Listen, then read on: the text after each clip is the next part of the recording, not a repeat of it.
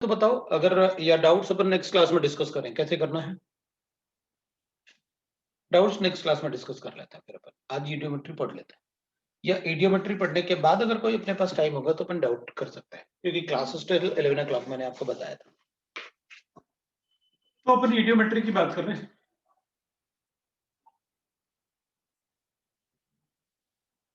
इडियोमेट्री मतलब होता है दैट इज, अब ये ना अपन जो लिखते हैं ना इडियोमेट्री में, इडियोमेट्री होता है analysis of gases.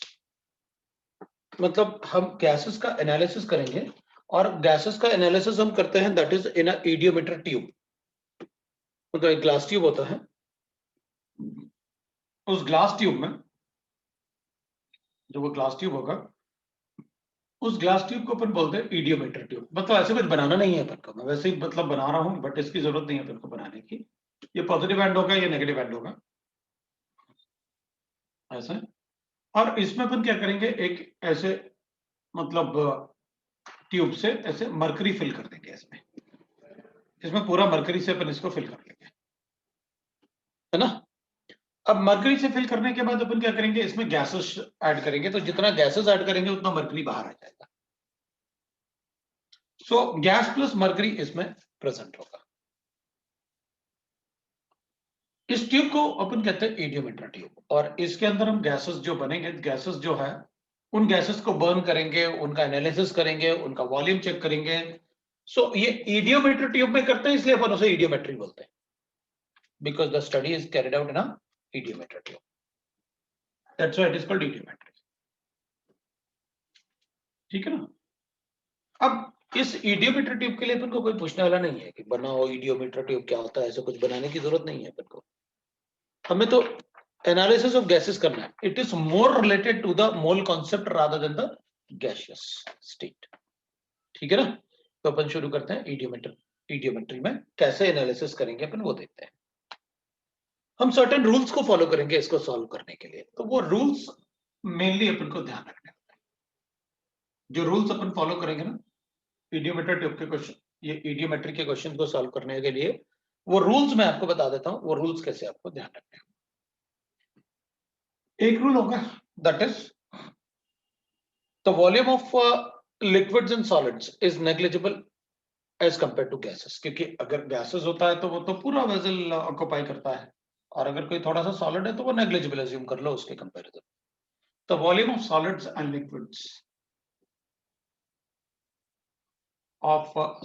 Liquids is negligible as compared to is neglected compared to gases. तो गैसेस के कंपैरिजन में अपन उनको नेग्लेक्ट करेंगे, volume of solids and liquids. एक बात वो हमेशा अपन को नेग्लेक्ट करना है। अब जो भी इक्वेशन अपन लिखेंगे ना, क्योंकि गैसेस के बारे में पढ़ रहे हैं, तो all equation will represent the STP conditions. तो will write that equation represent the conditions of reaction at STP, represents the condition of reaction at STP.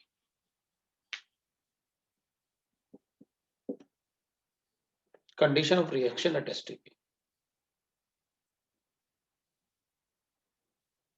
Third, we can say that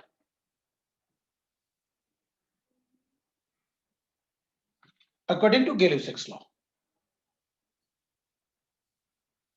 Gay-Lussac's law जो अपन ने पढ़ा, so according to Gay-Lussac's law, gaseous law of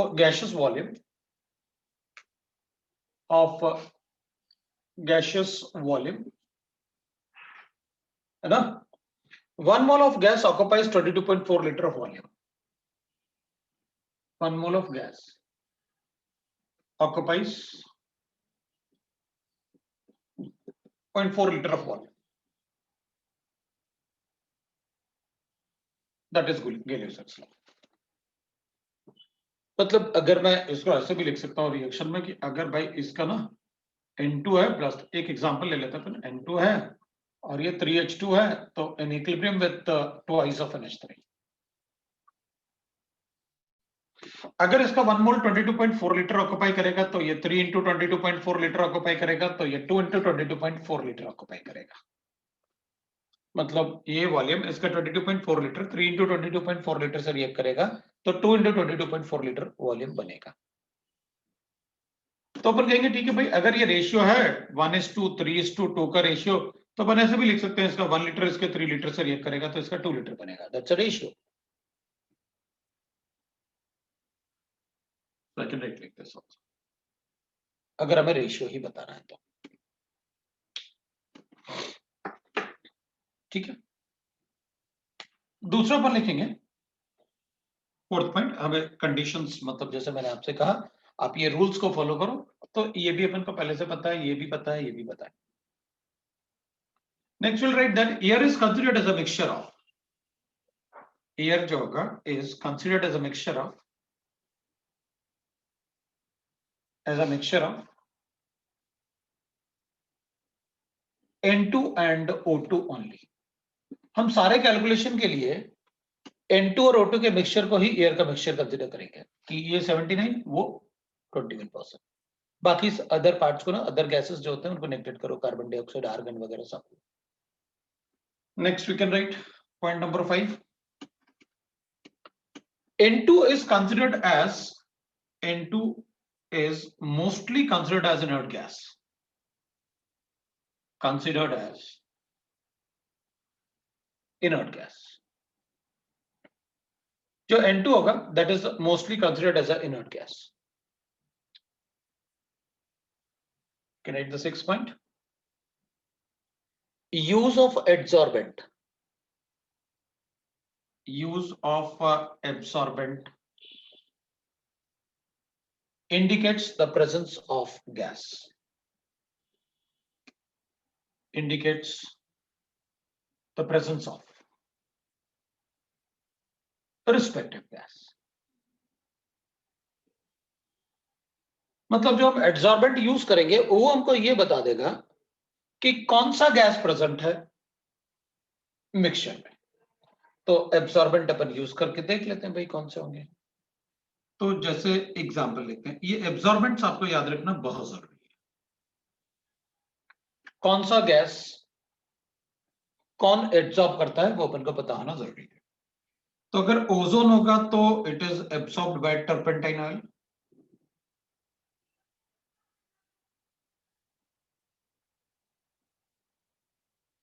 ozone is absorbed by turpentine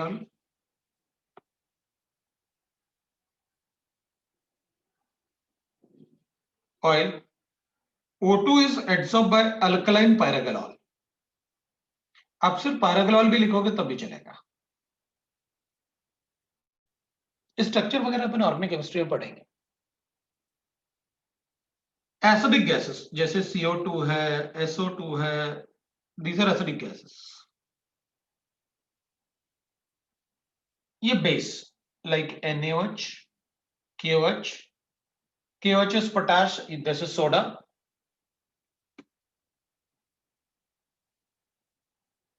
Then we can write that basic gases like ammonia, water by dehydrating agents। So by dehydrating agents, concentrated H2SO4, that is a dehydrating agent।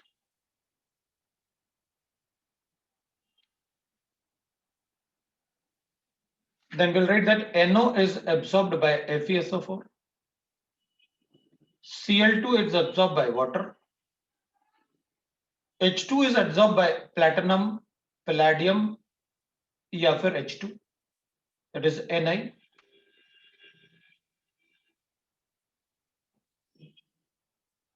ये ozone जो है वो turpentine oil उसको absorb कर लेता है पूरा। तो अगर कहीं ओजोन का एटमॉस्फेयर है वहां टर्पेंटाइन ऑयल रख लो तो वो सारा का सारा ओजोन को एब्सॉर्ब कर लेगा। एल्कलाइन पैराग्लाल ऑक्सीजन को एब्सॉर्ब करता है, एसिडिक गैसेस को बेस एब्सॉर्ब करते हैं, बेसिक को एसिड एब्सॉर्ब करता है, NO FeSO4 के साथ कॉम्प्लेक्स बनाता है, Cl2 वाटर में एब्सॉर्ब होता है और H2 Ni और प्लैटिनम या पैलेडियम के साथ, तीनों में से किसी एक के साथ एब्सॉर्ब हो जाएगा। अगर N2 गैस है तो bye magnesium,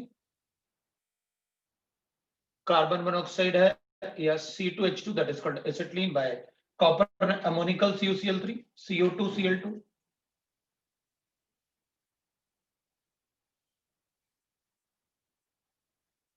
I think that is more than sufficient अपने लिए. मोस्टली जो अपन को जरूरत पड़ेगा वो ये है, इसलिए मैंने इनको पहले लिखा हुआ है. बाकी अच्छा क्वेश्चन फ्रेम करने के लिए अपन ये भी लिख सकते हैं. ये तीन तो आपको पता होना ही चाहिए हमेशा, और वो भी आपको पता होना चाहिए कि कौन किसको एब्जॉर्ब करेगा. तो एब्जॉर्बेंट से अपन को पता चलेगा कि अच्छा अगर आपने कौन सा एब्जॉर्बेंट यूज किया है, इसका मतलब है कि कौन सा गैस उसमें एब्जॉर्ब होने वाला है. उससे अपन को गैस का इंफॉर्मेशन भी पता चलेगा क्या प्रेजेंट है, और वो गैस का वॉल्यूम भी पता चलेगा कि कितना वॉल्यूम उसने एब्जॉर्ब कर लिया. वो अपन का क्वेश्चन में मेंशन होता है. एक लास्ट पॉइंट लिखेंगे, दैट इज द रूल्स है to solve the questions of eudiometry. If required contraction in volume, तो अपन को गिवन है if contraction in volume is given to us. The contraction in volume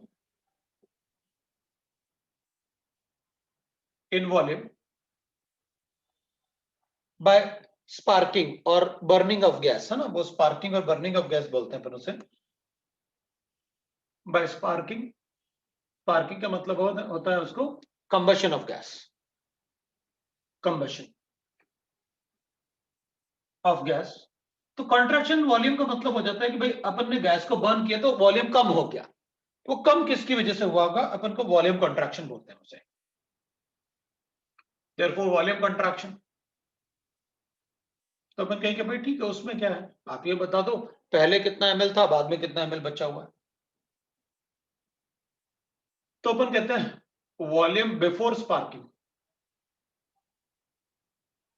sparking minus volume after sparking, after sparking. तो ये अपन को question में अगर given है तो अपन ऐसे बता सकते हैं contraction volume, that is the contraction volume. ठीक. Now we'll write that importance. Why we study the मतलब idiometry of idiometry. हम क्यों पढ़े भाई idiometry? तो importance of idiometry is a to calculate the molecular formula of unknown gases. Formula of unknown gases, unknown compound और gases. एक तो ये होता है. दूसरा होता है analysis of gaseous mixture, of gaseous mixture. अगर अपन को गैसेस गिवन है तो गैसियस मिक्सचर के एनालिसिस के लिए अपन इसको पढ़ते हैं.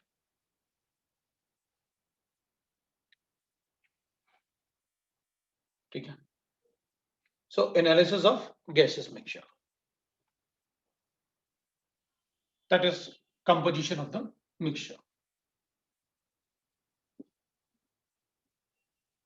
So this is mainly the two part जिसको अपन mainly discuss करते हैं in the idiometry. एक तो unknown compound का molecular formula, जैसे हाइड्रोकार्बन गिवन है अपन को या कुछ भी गिवन है तो अपन उसको कैसे कैलकुलेट करेंगे वो एक होता है.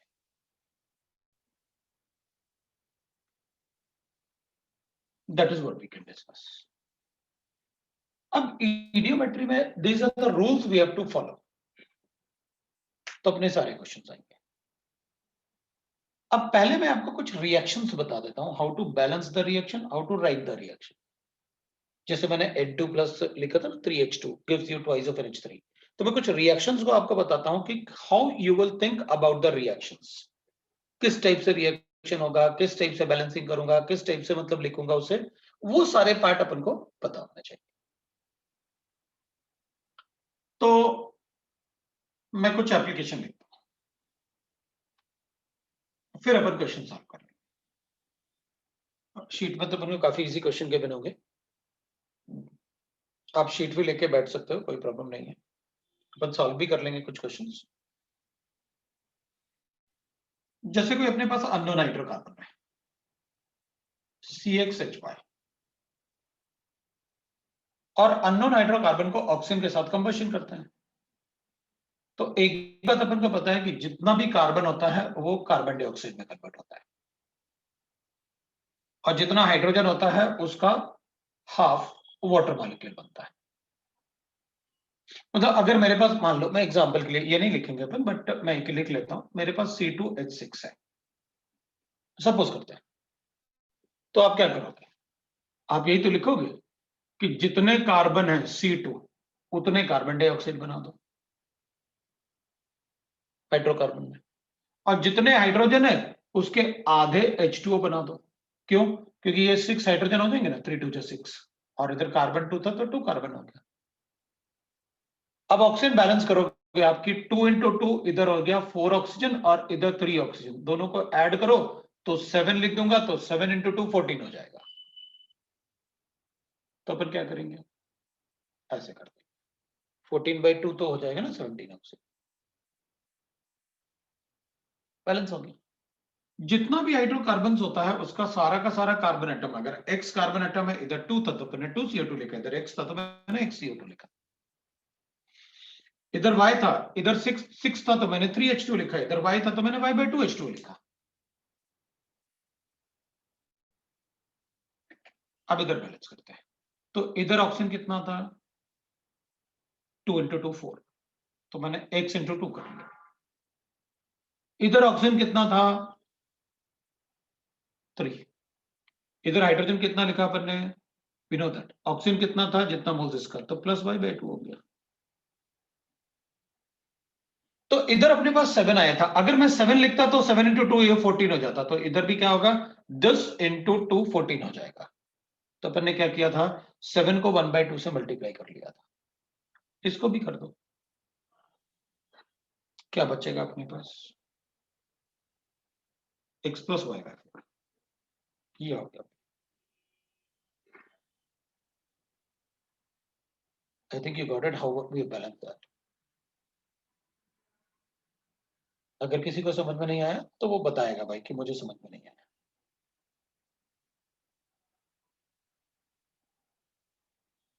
ठीक है ना, तो will tell you how we can write that. ठीक है, अगर मेरे पास ऐसे गिवन होता C2H6 और इसको ऑक्सीजन से कंबशन करते हैं इसका, तो जितने कार्बन होते हैं उतने आपने CO2 लिख लिया, और जितने हाइड्रोजन होते हैं उतने आपने H2 लिख लिया।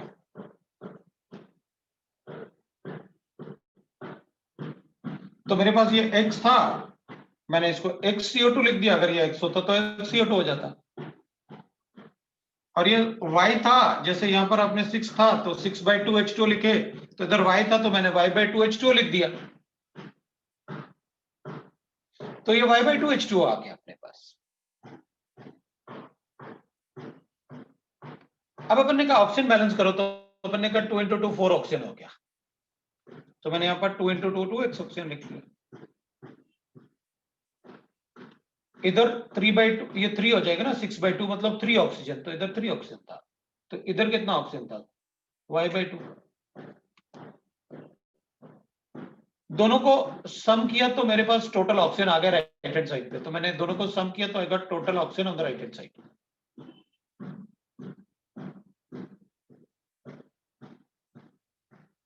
7 ऑक्सीजन आ रहे थे तो मैं 7 यहां लिख देता हूं, लेकिन ये 7 2 जो 14 हो जाएगा,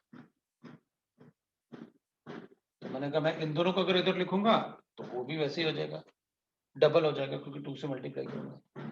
तो मैंने कहा ठीक है ना, इधर 7 ऑक्सीजन है तो इधर भी 7 बना देता हूं। कैसे, इस 7 को 1/2 से मल्टीप्लाई कर देता हूं। अब तो 14 क्या हो जाएगा, ये 7 2 जो 14 होगा और डिवाइड बाय 2 7 आ गया, तो 7 ऑक्सीजन होंगे इधर। तो अपन ने बैलेंस करने के लिए इसको क्या किया, 7 ऑक्सीजन चाहिए मुझे इधर, तो अपन ने 7/2 लिखा, तो 7/2 इंटू 2 2 कैंसिल हो गया, 7 ऑक्सीजन आ गया। मैंने भी यही किया भाई, जितना आ रहा था उसको 2 से डिवाइड कर दिया, वो ऑक्सीजन बैलेंस हो गया। किसी को डाउट नहीं? बैलेंसिंग में ठीक है। तो ये अपन ने बैलेंसिंग सीखा कि ये बैलेंसिंग कैसे किया अपन ने। अब ये बैलेंसिंग आपको सीखना पड़ेगा, right? This is the balancing, ये बैलेंस इक्वेशन। अब अपन कहेंगे भाई ठीक है, we got the balance equation. तो इधर इसमें अपन लिख सकते हैं ना, इसका 1 मोल इसके x plus y by 4 mole से रिएक्ट करेगा to give x mole of this and y by 2 moles of this. इसका y बाय 2 मोल्स होगा, इसका x plus y by 4 moles होगा। अगर इसका नंबर ऑफ मोल्स है ना, तो अपन ऐसे भी लिख सकते हैं, मोल्स को Na से मल्टीप्लाई करेंगे तो मॉलिक्यूल्स हो जाएंगे। इसका एक मॉलिक्यूल इसके x plus y by 4 molecule से रिएक्ट करेगा तो x मॉलिक्यूल इसका और y बाय 2 मॉलिक्यूल इसका बनेगा। अभी वी नो दैट इस केस में volume will be directly proportional to number of moles. Why it is so? आपने कहा था ना एसटीपी कंडीशन यूज करूंगा। आप मोल्स को वॉल्यूम भी लिख सकते हो। इसका मतलब मैं लिखूंगा, इसका अगर 1 लीटर है तो इसका मैं x plus y by 4 litre use करूंगा, और इसका x लीटर बनेगा और इसका y बाय 2 लीटर बनेगा। तो मोलर कोफिशिएंट से तो कोरिलेट करता है। अगर इसका 1 मोल रिएक्ट करेगा तो इसका x plus y by 4 mole react करेगा, इसका 1 लीटर रिएक्ट करेगा तो इसका y by x plus y by 4 litre use होगा। तो इसका 1 मोल अगर इसका x मोल देता है तो इसका 1 लीटर इसका x लीटर देगा, जिससे मोलर कोफिशिएंट लिखते हैं। तो अपन ऐसे बैलेंस कर सकते हैं। अगर मान लो मुझे इसका 50 लीटर की जरूरत था तो अपन कहते हैं कोई बात नहीं, इसका 1 लीटर इतना लीटर यूज होता है तो उसका 15 लीटर है, इसका 15 से मल्टीप्लाई कर देता मैं, तो इसका 15x बनता है लीटर, और ये 15 इंटू वाई बाय 2 कर लेता मैं, इसका इतना लीटर होता। ठीक है, you can write in moles, you can write in terms of volumes, एक ही बात है। आप मोल्स में भी लिख सकते हो, आप वॉल्यूम में भी लिख सकते हो।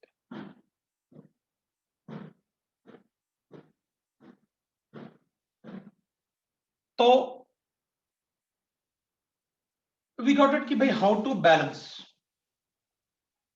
अगर आपको बैलेंसिंग समझ में आया तो सपोज मेरे पास एक कंपाउंड ऐसे है, अपन दूसरा एक बैलेंसिंग करते हैं, क्योंकि ये बैलेंसिंग आएगा तो मैं क्वेश्चन करवा पाऊंगा।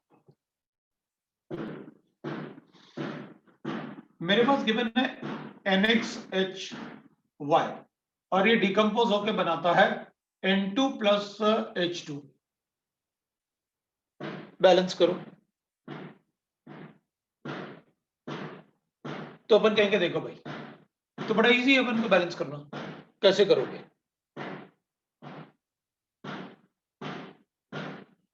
अब भाई बैकग्राउंड नॉइज तो मुझे भी आ रहा है, लेकिन मैं उसको मना नहीं कर सकता,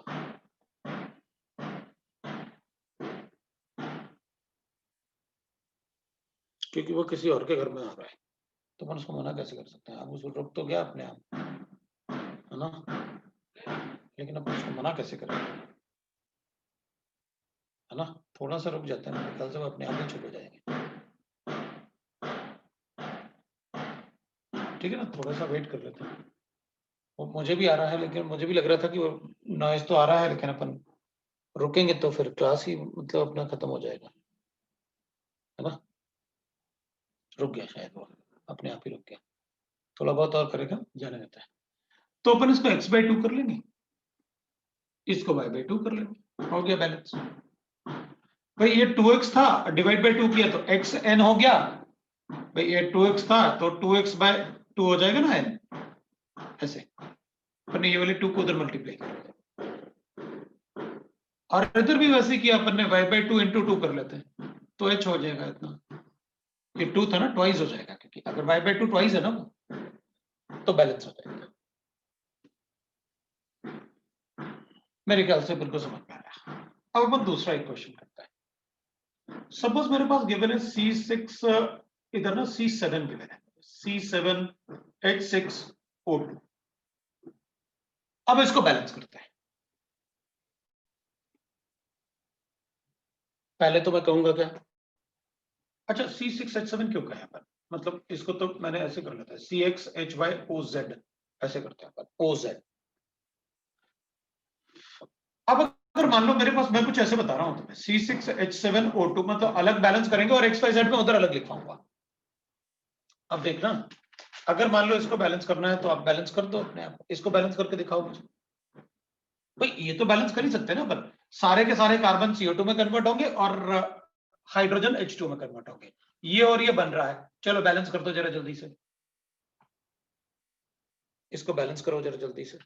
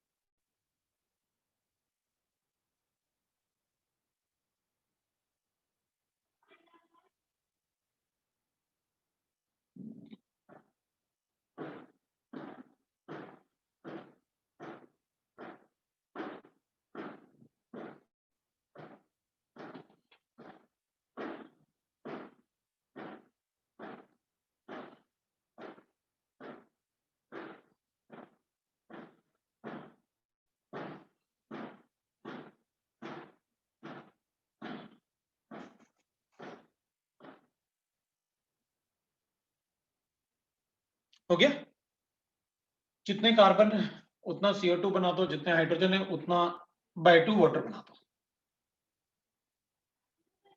मतलब 3.5 वाटर हो गया अपने पास।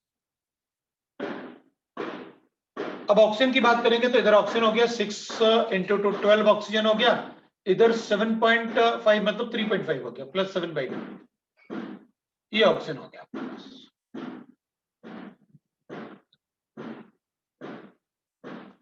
सो हो जाएगा अपने पास 24 + 7 31/2। लेकिन अगर अपन ये वाला पार्ट ना, जो भी नंबर यहाँ आ रहा है अगर इधर लिखूंगा तो फिर ये डबल हो जाएगा, मल्टीप्लाई भी हो जाएगा 2 से, क्योंकि यहाँ पर O2 गिवन है ना अपन को।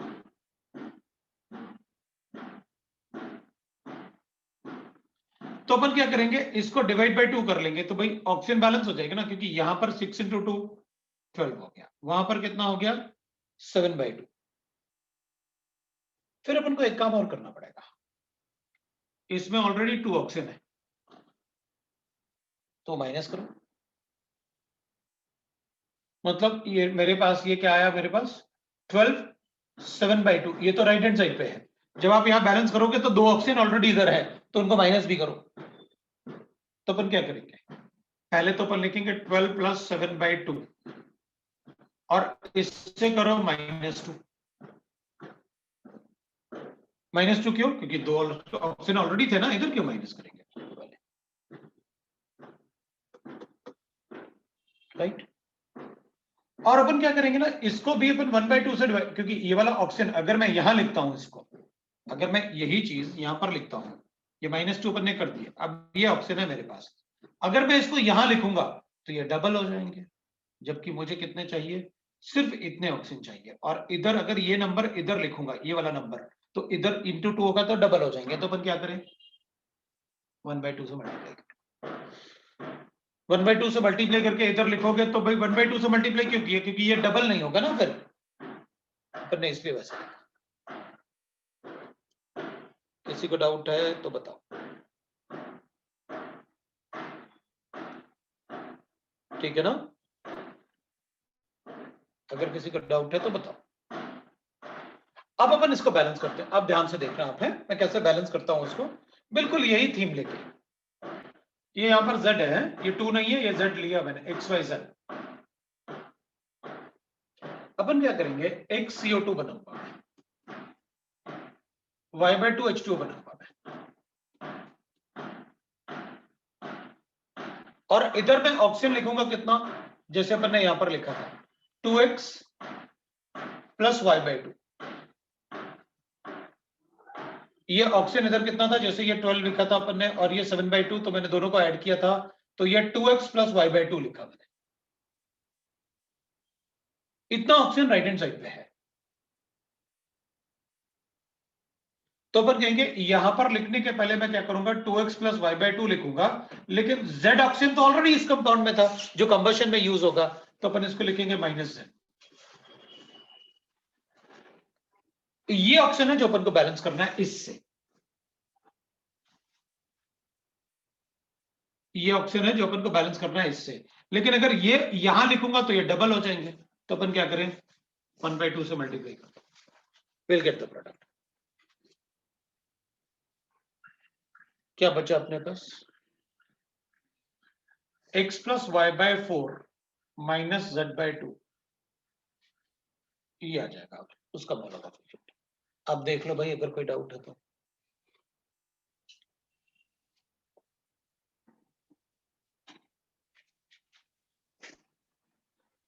आया बैलेंसिंग,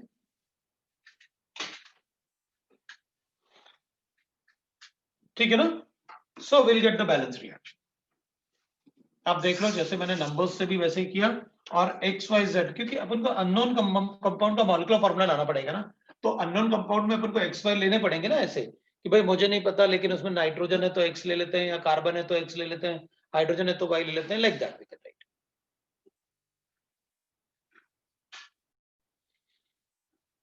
फोर्थ पॉइंट लिखते हैं।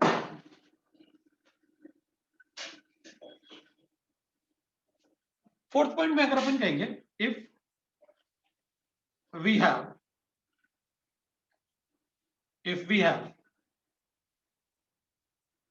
ओजोनाइड ऑक्सीजन, ओजोनाइड ऑक्सीजन का मतलब होता है ओजोन और ऑक्सीजन का मिक्सचर, O3 and O2 का mixture, that is called ozonide oxygen.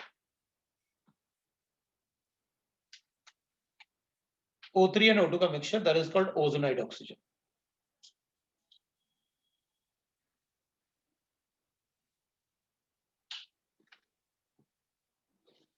So if you have a ozonide oxygen mixture,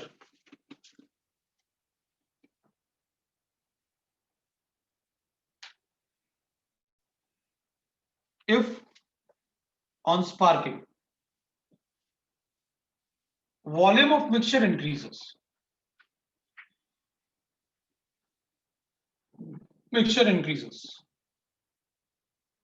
then assume, अगर volume of the mixture increase हो रहा है तो अज्यूम कर लेना कि जो ओजोन प्रेजेंट है ना, that is converted into O2, the ozone is converted into O2, converted to oxygen।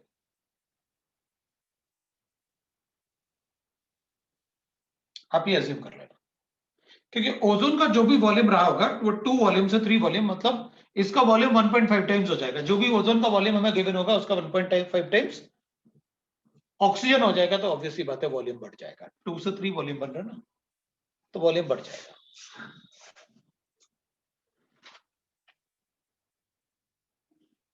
If on sparking volume of mixture decreases,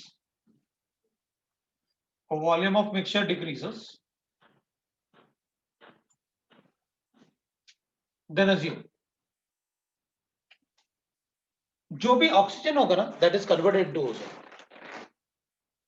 O3 O2 is converted to ozone, तो इसका ज्यादा वॉल्यूम कम volume बन जाएगा, तो decrease हो जाएगा वॉल्यूम, तो आप ये अज्यूम कर लेना, तो आप ये अज्यूम कर लेना।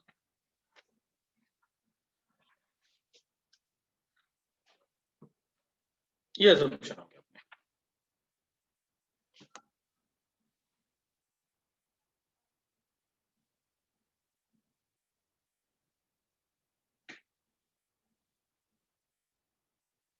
ठीक है,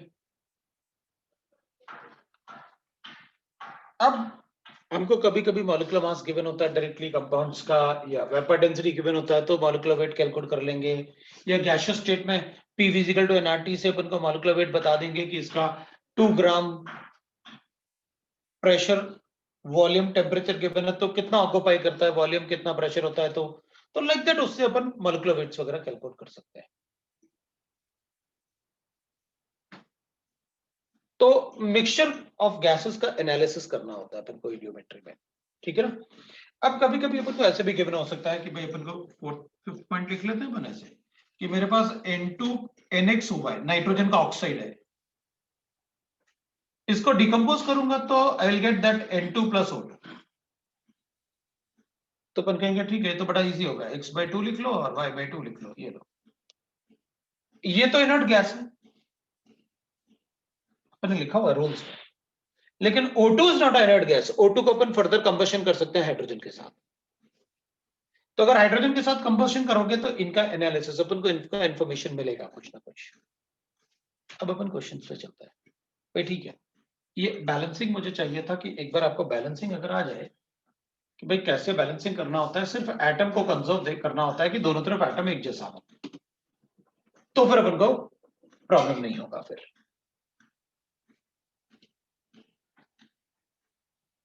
तो मैं एक एग्जांपल लेता हूं, फिर मैं आपको बताता हूं कैसे अपन को क्वेश्चन सॉल्व करना होता है, ठीक है। चलो क्वेश्चन सॉल्व करते हैं।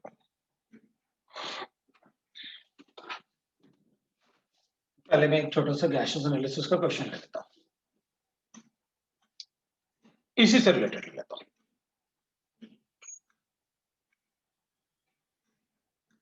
एग्जांपल ले लेते हैं, 100 ml of ozonide oxygen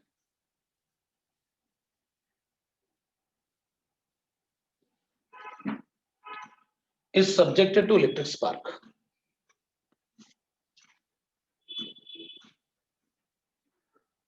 To electric spark. Spark.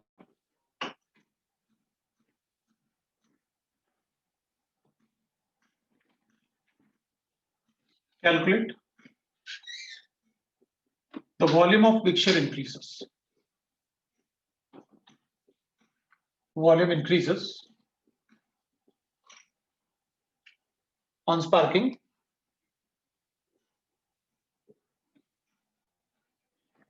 if given that 40 ml of O2 is 40 ml of volume decreases on addition of turpentine oil. अगर मैं इसमें टर्पेंटाइन ऑयल को ऐड करूंगा तो 40 ml वॉल्यूम कम हो जाता है। इसका मतलब है 100 ml तो अपने पास ओजोनाइड ऑक्सीजन था, कितना था 100 ml। टर्पेंटाइन ऑयल से वॉल्यूम कितना डिक्रीज हो जाता है 40 ml। मतलब टर्पेंटाइन ऑयल 40 ml वॉल्यूम को एब्जॉर्ब कर लेता होगा।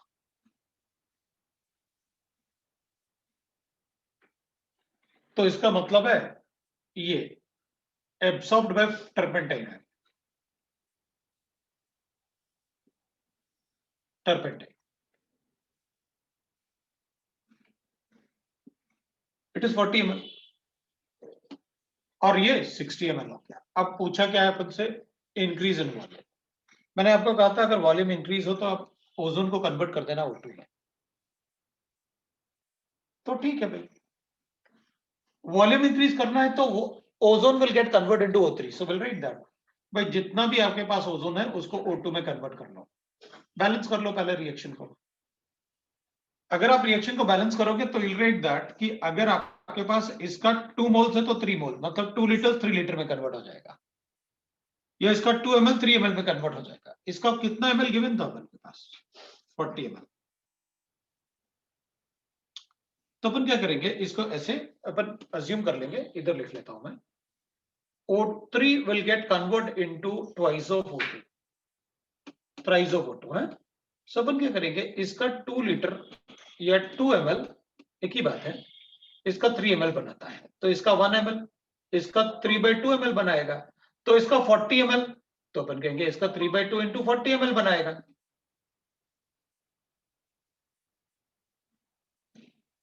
तो कितना बन जाएगा इसका? 60 ml बन जाएगा। भाई ओजोन का तो कुछ भी नहीं हुआ ना। तो volume of mixture after sparking, mixture after sparking, तो स्पार्किंग के बाद वॉल्यूम ऑफ O2 ये तो रहेगा ही रहेगा, और जो ओजोन से O2 बना वो 60 ml और हो गया, 120 ml हो गया। Therefore, increase in volume, अपन ने इंक्रीज पूछा ना, द वॉल्यूम ऑफ, अच्छा अपन को बताना था volume increases, so increase in volume will be equal to 120 ml हो गया, और पहले इनिशियली 100 था, 20 ml इंक्रीज हो गया भाई, ये मेरा आंसर है। एब्जॉर्बेंट्स काफी इंपॉर्टेंट होंगे, उससे अपन को ये पता चलेगा कि कौन एब्सॉर्ब हो रहा है, किसका रिएक्शन कैसे होगा।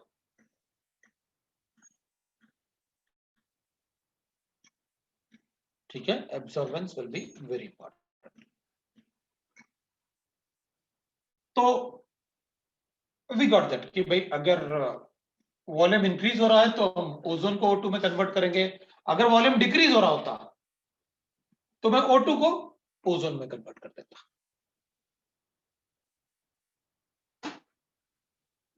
That is what we have done.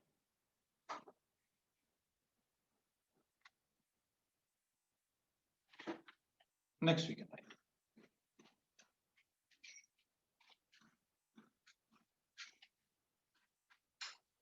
मेरे पास एक क्वेश्चन है, 12 ml of unknown hydrocarbon,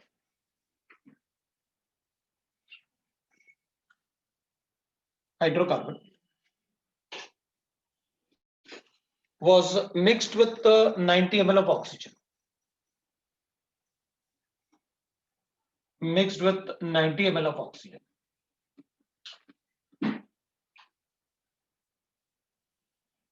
Then on sparking and cooling,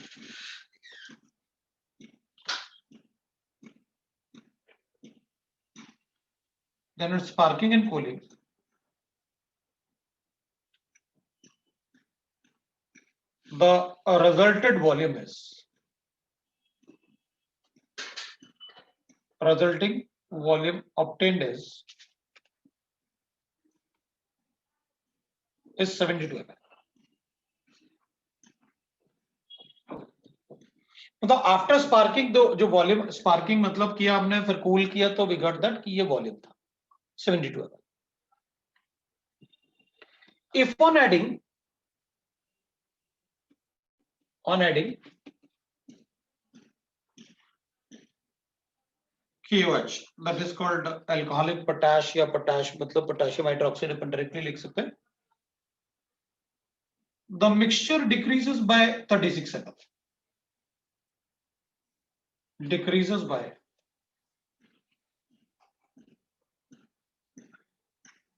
36 ml.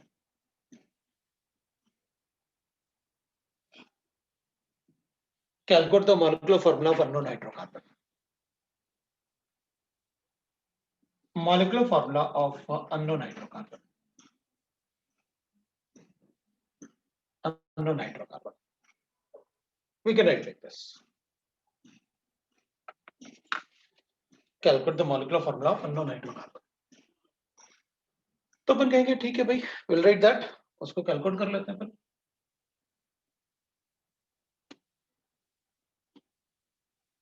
Molecular formula of unknown hydrocarbon. So we'll write that. Let the hydrocarbon be CXHY. Sparking करूंगा oxygen के साथ, तो मैंने oxygen को ऐड किया और उसका स्पार्किंग किया, तो अपन को पता है एक CO2 बनेगा प्लस Y/2 H2O बनेगा। बैलेंस करूंगा तो X प्लस Y/4 आता है। ये मैंने आपको बैलेंसिंग सिखाया।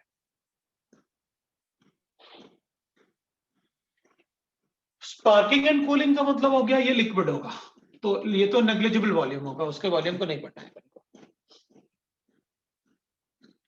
आपने कहा इसका 12 ml लिया था और इसका 90 ml यूज किया, ऐड किया और फिर अपन ने कंबशन किया। ये अपन को गिवन है क्वेश्चन। तो अपन क्या करेंगे, अकॉर्डिंग टू द रिएक्शन की बात करेंगे। अगर इसका 1 ml होता तो इसका X plus Y/4 ml use होता, तो ये X ml बनता और ये तो लिक्विड होगा क्योंकि स्पार्किंग और कूलिंग लिखा हुआ है। वाटर तो लिक्विड होता है कूलिंग के बाद। हमें गिवन है कि आपने इसका 12 ml यूज किया, तो मैं कहूंगा इसका 12 इंटू 1 ml के साथ X प्लस Y/4 यूज होता है, तो 12 ml के साथ 12 into X plus Y/4 use होगा, और ये कितना बनेगा 12X, ये बनेगा। अब अपन ने कहा volume of O2 added 90 ml, volume of mixture of gases left after sparking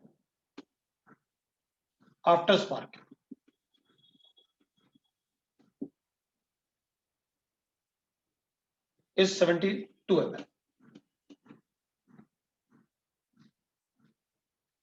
Volume of gas absorbed by CO2, absorbed by KOH.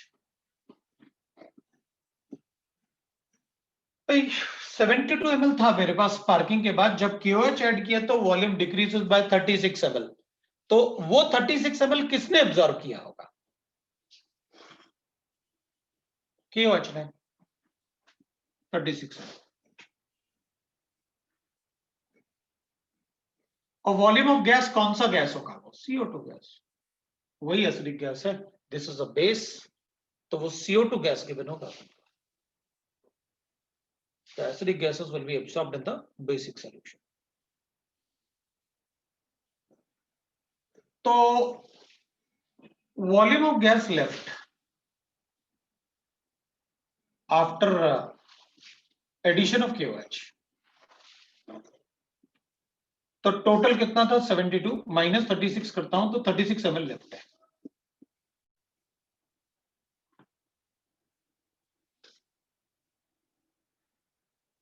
अब अपन बात करते हैं इसकी। देखो भाई, जब आपने कंबशन किया था तो ये तो बर्न हो गया, ये लिक्विड है, तो आपने ऐड किया था 90 ml और स्पार्किंग के बाद मेरे पास 72 ml बचा। उस 72 ml में 36 ml तो CO2 था, तो बाकी क्या था 36 ml जो बचा हुआ है। तो आपने कहा कि इसका कंबशन किया तो ये तो जल गया कंबशन में, ये लिक्विड है, तो भाई जो गैसेस बचे होंगे वो गैसेस क्या हो सकते हैं, CO2। लेकिन अगर वो जो बचा हुआ गैस था लेफ्ट आफ्टर स्पार्किंग 72 ml हो, तो फिर KOH से सारा का सारा 72 एब्जॉर्ब हो जाना चाहिए। अगर वो CO2 है तो इसका मतलब है कि वो CO2 के साथ साथ कोई और भी गैस है, तो और कौन सा गैस हो सकता है, O2 जो बर्न नहीं हुआ। भाई आपने कहा एक्सेस ऑफ O2 मिक्स किया आपने और बर्न कर दिया, ये कहां किया कि 12 ml requires 90 ml, volume of O2 is 90 ml, volume of mixture of gases after sparking is 72 ml, और आपने KOH ऐड किया तो सिर्फ 36 ml उसमें से एब्जॉर्ब हुआ, मतलब CO2 36 था, तो बाकी 36 क्या था, वो O2 जो बर्न नहीं हुआ। तो बर्न कितना हुआ, अपन कहेंगे जो 90 ऐड किया था आपने और जो बचा हुआ है अनबर्न गैसेस। तो इसका मतलब यह हुआ कि volume of gases after sparking जो आप लिख रहे हो वो पार्शियल वो है volume of O2 plus volume of O2 plus volume of CO2, volume of O2 left after sparking plus CO2, ये वॉल्यूम ऑफ CO2 था, तो ये वॉल्यूम ऑफ O2 लेफ्ट है। तो volume of O2 used is equal to 90 minus volume of O2 left 36 ml, कितना होगा 54 ml of O2 is used. ठीक है भाई, फिर तो मेरा क्वेश्चन सॉल्व हो गया, क्योंकि मुझे गिवन है CO2 कितना है 36 ml, so I can write that 12x is equal to 36, so x is equal to 3। और दूसरा मुझे गिवन है that is this volume which is used for 12 ml of this is equal to 54, and I was given that 12 into x plus y by 4 will be equal to 54। This is the volume of O2 used। x का value आपको पता है, आप substitute करो, y का value calculate कर लो। So we'll write that। अब मैं इसको हटा लेता हूं, फिर तो मैं सॉल्व कर दूंगा उसके लिए। ये मैं इसको कैलकुलेट कर लूंगा, that is 12x plus that is 3y is equal to 54। So x का वैल्यू मेरे पास कितना गिवन है 3, so 12x is 36, 3y is equal to 54 minus 36, so we get that x is equal to कितना अपने पास आया, ये माइनस करेंगे तो 54 minus 36, so I got that 14, so it will be 8 ना, और इधर 1 8, so y equal to 6 आया अपने पास। Therefore we got the molecular formula CXHY is equal to C3H6, ये अपना molecular formula।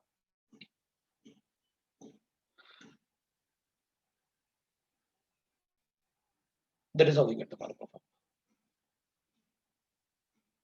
ऐसे अपन कैलकुलेट कर सकते हैं। सो इस टाइप से एनालिसिस ऑफ गैसेस को ही हम इडियोमेट्री बोलते हैं। इस टाइप से एनालिसिस करोगे गैसेस का तो इडियोमेट्री बोलते हैं। शीट में क्वेश्चंस काफी छोटे और इजी गिवन होंगे, जैसे अपन ने ओजोन वगैरह का किया है। मैक्सिमम अगर मिलेगा अपन को तो कोई इस टाइप का टिपिकल क्वेश्चन मिलेगा, अदरवाइज नहीं मिलेगा। और ये भी टिपिकल क्या था, आपको बताना होता है बस, इसके 1 मोल इसके कितने मोल से रिएक्ट करेगा, तो इसका 12 ml इसके कितने ml से रिएक्ट करेगा, कितने ml बनेगा। स्पार्किंग एंड कूलिंग है, क्योंकि अगर टेम्परेचर मेंशन्ड है या कूलिंग लिखा हुआ है, water is always a liquid. अगर मेंशन नहीं है कि स्पार्क कूलिंग मेंशन नहीं है तो अपन वाटर को भी गैसियस, उसमें गिवन होगा consider water as a gas या वेपर्स, तो अपन उससे भी कैलकुलेट कर लें। फिर तो मैं y/2 भी गिवन होगा वॉल्यूम में, तो अपन y डायरेक्टली कैलकुलेट कर लेंगे।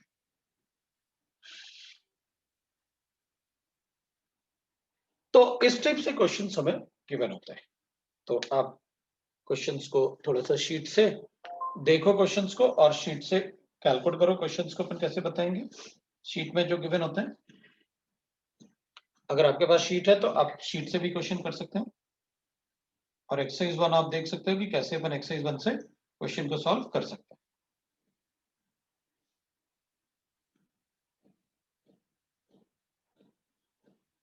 गैसियस स्टेट में रियल गैसेस से क्वेश्चंस को सॉल्व कर सकते हैं, है ना। उसमें लास्ट सेक्शन जो है ना अपना, वो इडियोमेट्री ही है। तो last section it is section F, तो सेक्शन एफ में आप इडियोमेट्री सॉल्व कर लेना। तो अपन जैसे कुछ क्वेश्चंस अपन देखते हैं शीट में जो अपन को गिवन है, तो मैं 1-2 क्वेश्चन करवाता हूं आपको, और फिर आपको बताता हूं कि देखो शीट में काफी इजी क्वेश्चन गिवन होंगे। जैसे मान लो मुझे गिवन है अ mixture of CO and CO2 gas है, 1 litre mixture of CO and CO2, तो आप ऐसे लिखो भाई CO है और CO2 है, ये 1 लीटर मिक्सचर है। फिर उसके बाद गिवन है is taken the mixture is pass through the tube containing the red hot charcoal. मैं इनको ना चारकोल से रिएक्ट करवा देता हूं भाई, इससे ये रिएक्ट नहीं करता। ये चारकोल से रिएक्ट करके बनाएगा क्या, ये चारकोल से रिएक्ट करेगा तो ये बनेगा। द वॉल्यूम बिकम्स 1.6 लीटर्स, मतलब जो वॉल्यूम हो गया इसको रिएक्ट करके, पहले 1 लीटर था तो इसको x लीटर ले लेते हैं, इसको 1 - x लीटर ले लेते हैं। जब अपन इसको बर्न करेंगे तो इसका तो कुछ भी नहीं होगा, ये तो एक्सीलरेटर ही रहेगा, लेकिन ये क्या बन जाएगा, डबल वॉल्यूम बन जाएगा। तो ये खत्म होगा और कंबशन के बाद ये कितना बन जाएगा, इसका 1 मोल इसका 2 मोल देगा, मतलब इसका 1 लीटर इसका 2 लीटर बनाएगा, तो इसका 1 minus x litre 2 into 1 minus x litre बना देगा। अब वो अपन से कह रहा है कि जब अपन इसको स्पार्किंग करते हैं तो उसके बाद जो टोटल वॉल्यूम होता है गैसेस का वो कितना हो जाता है, 1.6 लीटर। तो ठीक है भाई, तो ये कितना था x और ये कितना बन गया 2 माइनस एक्स, मतलब x plus 2 into 1 minus x is equal to 1.6 litre बन गया, ये बन गया अपने पास। The volume are measured under the same conditions, final composition of the mixture. इसका कंपोजिशन बताओ, x कैलकुलेट कर लो और बता दो। x plus 2 minus 2x is equal to कितना है अपने पास 1.6। सो मेरे पास ये आ गया अपने पास कितना, x minus minus x is equal to minus 0.4, इधर अपन ने माइनस किया ना, ये कैंसिल करते हैं, तो x इज इक्वल टू आ गया 0.4 अपने पास, ठीक है। तो ये 0.4 था, ये 0.6 था, हो गया कंपोजिशन। तो बड़े इजी क्वेश्चन होता है। चलो एक दूसरा क्वेश्चन करते हैं, ठीक है, फिर आप अपने आप सॉल्व करो, राइट। मेरे पास एक दूसरा क्वेश्चन गिवन है और उस क्वेश्चन में गिवन है, ये समझ में आया अपन को। दूसरा क्वेश्चन करता हूं, मुझे क्वेश्चन में गिवन है 40 ml of ammonia gas taken in a ediometer tube was subjected to spark till the volume did not change further. The volume was found to be increased by 40 ml. 40 ml of oxygen gas is then added and the mixture is further exploded. The gases remained with 30 ml. Deduce the molecular formula of ammonia. Molecular formula बनाना है, चलो भाई बनाते हैं। Ammonia, ammonia में N होता है और H होता है। अपन ने कहा अपन X और Y का वैल्यू कैलकुलेट करके बताएंगे कि X का वैल्यू 1 है और Y का वैल्यू 3 है तो अमोनिया है। देखो ये तो हमें प्रूफ करके दिखाना है कि X का वैल्यू 1 है और Y का वैल्यू 3 है। 40 ml of this is taken, अपन को पता है इसका अगर स्पार्किंग करोगे तो x/2 N2 बनेगा प्लस y/2 H2 बनेगा। इसने कहा 40 ml को तब तक स्पार्किंग करो जब तक कि स्पार्किंग रुक ना जाए, मतलब वॉल्यूम चेंज रुक ना जाए, इसका मतलब सारा का सारा स्पार्क करके डिकम्पोज कर दो। इसका 1 ml इसका x/2 ml देगा तो 40 ml कितना देगा, x/2 इंटू 40 मतलब 20 ml, 20x आ गया। ये 40 ml अगर ये 1 ml y/2 देगा तो ये कितना देगा, y/2 into 40 that is 20y। वो कह रहा है मैं इसको तब तक डिकम्पोज करूंगा जब तक ये सारा का सारा डिकम्पोज ना हो जाए, ठीक है। अब वो कह रहा है कि इस डिकम्पोजिशन से टोटल वॉल्यूम जो चेंज होता है, इंक्रीज होता है, वो 40 ml इंक्रीज हो जाता है। मतलब पहले 40 था, अब 40 ml और इंक्रीज हो गया। तो इसका मतलब है टोटल वॉल्यूम, मतलब ये मुझे गिवन है 20x प्लस 20y, ये स्पार्किंग से 40 ml इंक्रीज होता है। तो एक इक्वेशन बन गया मेरे पास। अब वो कह रहा है कि the volume was found to increase by 40 ml। हाँ किया अपन ने कि भाई इसके स्पार्किंग से 40 ml बढ़ गया। 40 ml of oxygen is then mixed. अब मैंने इस मिक्सचर में 40 ml मिक्स किया oxygen and the mixture is further exploded, और उसको फर्दर एक्सप्लोड किया। तो अपन क्या कहेंगे, H2 plus O2 will give you H2, further explode कर रहे हो। तो नाइट्रोजन क्यों नहीं, हाँ तो आपने तो रूल में लिखा हुआ था nitrogen is considered as a inert gas, वो रिएक्ट नहीं करता, ये रिएक्ट करेगा। ये कितना है अपने पास 25। जब भी रिएक्शन चेंज होता है तो मोल्स कंजर्व होते हैं, ये अपन को पता है। जब भी रिएक्शन चेंज होता है तो मोल्स कंजर्व होंगे, तो वहां 25 बना तो ये 25 होगा। अपन इसको ना 1/2 लिख लेते हैं। और ये कितना ml अपन ने ऐड किया था, मैंने कहा था इसको 40 ml ऐड करो। अपन ने इसका 40 ml ऐड किया और स्पार्किंग किया तो लिक्विड वाटर बना अपने पास कूलिंग के बाद। अभी इसमें अपन देख लेते हैं क्या करना है। And then the mixture is further exploded, अपन एक्सप्लोड करते हैं।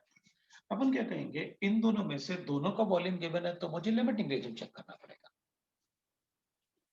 कैसे चेक करोगे, यहां थोड़ा सा कॉमन सेंस यूज करना है। जितने वॉल्यूम इसका होगा, इसका वॉल्यूम डबल यूज होगा। अगर इसका हाफ वॉल्यूम है तो इसका 1 वॉल्यूम, इसका हाफ लीटर है तो इसका 1 लीटर, इसका 1 लीटर है तो इसका डबल मतलब 2 लीटर्स। तो अगर इसका 40 ml है तो इसका डबल ये होना चाहिए 2y। तो इसके 40 ml को पूरा कंज्यूम करने के लिए 2y कितना होना चाहिए 80 ml, क्योंकि जितना वॉल्यूम इसका होगा इसका डबल वॉल्यूम यूज होगा। तो अपन कहेंगे अगर इसका 40 है तो इसका डबल 80 ml यूज होगा। मतलब 20y को क्या होना चाहिए 80, विच इज इम्पॉसिबल। क्यों? क्योंकि 20x + 20y = 80। अगर मैं 20y को पूरा 80 ले लूंगा तो 20x क्या होगा, कुछ भी नहीं। तो अपन कहेंगे नहीं नहीं, मतलब 20y का वैल्यू 80 से कम है। अगर ये 80 से कम है तो ये लिमिटिंग रिजल्ट है। भाई इसको पूरा कंज्यूम करने के लिए मुझे इसका 80 ml चाहिए और 20y 80 से कम है, वो उधर दिख रहा है अपन को, तो ये लिमिटिंग रिजल्ट है। अगर ये लिमिटिंग रिजल्ट है तो ये कंप्लीटली कंज्यूम होगा। ये कितना कंज्यूम होगा 40 माइनस कितना, जितने मोल्स इसके होंगे इसके आधे मोल्स, मतलब 20y/2 कंज्यूम होंगे। तो बचेगा इतना, बचेगा इतना, मतलब ये 20y कंज्यूम होके 40 ml ऑक्सीजन था जो एक्सेस में था, तो अपन ने कितना यूज कर लिया 40 - 2y। 20y can't be 80 ml है ना, ये अपन को पता है। अब उसने कहा कि जो टोटल वॉल्यूम इसके स्पार्किंग के बाद जो टोटल वॉल्यूम बचता है ना, वो अपन को गिवन है कितना 30 ml। So after sparking the total volume is 30 ml। Total volume is 30 ml। therefore I can write that 2x plus 40 minus 20y/2 मतलब 10y is equal to 30। ये इक्वेशन 2 है मेरे पास। लो भाई आपका आंसर आ गया। आपके पास दो इक्वेशन हो गए, दो वेरिएबल्स हैं, कैलकुलेट कर लो। उन दोनों से आपके पास x का वैल्यू 1 आ गया और y का वैल्यू 3 आ गया। x का वैल्यू 1 आ गया, y का वैल्यू 3 आ गया। लो भाई मैंने प्रूव कर दिया कि अमोनिया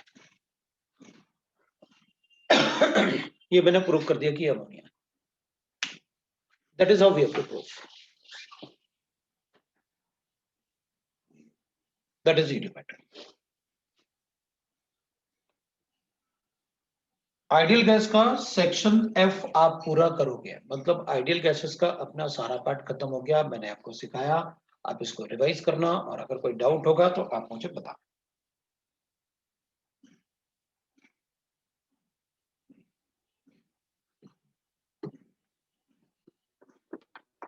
ठीक है, तो आज अपन इतना ही पढ़ते हैं। इडियोमेट्रिक खत्म हो गया, अपना आइडियल गैस खत्म हो गया। रियल गैस अपन नए क्लास में शुरू करेंगे, लेकिन आप सेक्शन F तक अपने क्वेश्चन सॉल्व कर लें। आपके जो भी डाउट्स हो एक्सरसाइज 1, आप एक्सरसाइज 1 के सारे डाउट्स पूछ लो, पार्ट 1 पार्ट 2, सो दैट कि मैं आपको एक्सरसाइज 3 होमवर्क दूंगा। ठीक है, दैट इज ऑल। अभी 1 o'clock we are having organic chemistry class, उसको मिस मत करना। ऑर्गेनिक केमिस्ट्री की एक भी क्लास मिस नहीं होनी चाहिए किसी भी कंडीशन में, क्योंकि अगर आप एक भी क्लास मिस करोगे फिर आप पूरा 2 years मतलब 1.5 year आप मुझे परेशान करोगे। मुझे समझ में नहीं आ रहा, मुझे समझ में नहीं आ रहा, तो मैं क्या करूं? मैंने तो आपको पहले ही बताया था कि एक भी क्लास मिस नहीं होनी चाहिए। फिजिकल केमिस्ट्री चैप्टर वाइज होता है, ऑर्गेनिक केमिस्ट्री चैप्टर वाइज नहीं होता। उसमें एक क्लास मिस हुआ पूरा लिंक खराब हो जाएगा आपका, फिर आप सफर करोगे। तो उसमें मुझसे बिल्कुल नहीं बोलना फिर। तो क्लास मिस नहीं करना है ऑर्गेनिक केमिस्ट्री की कोई भी क्लास। ठीक है, चलो 1 o'clock मिलते हैं। और ये F सेक्शन अपना कंप्लीट हो गया। ओके, बंद करता हूँ। Thank you sir.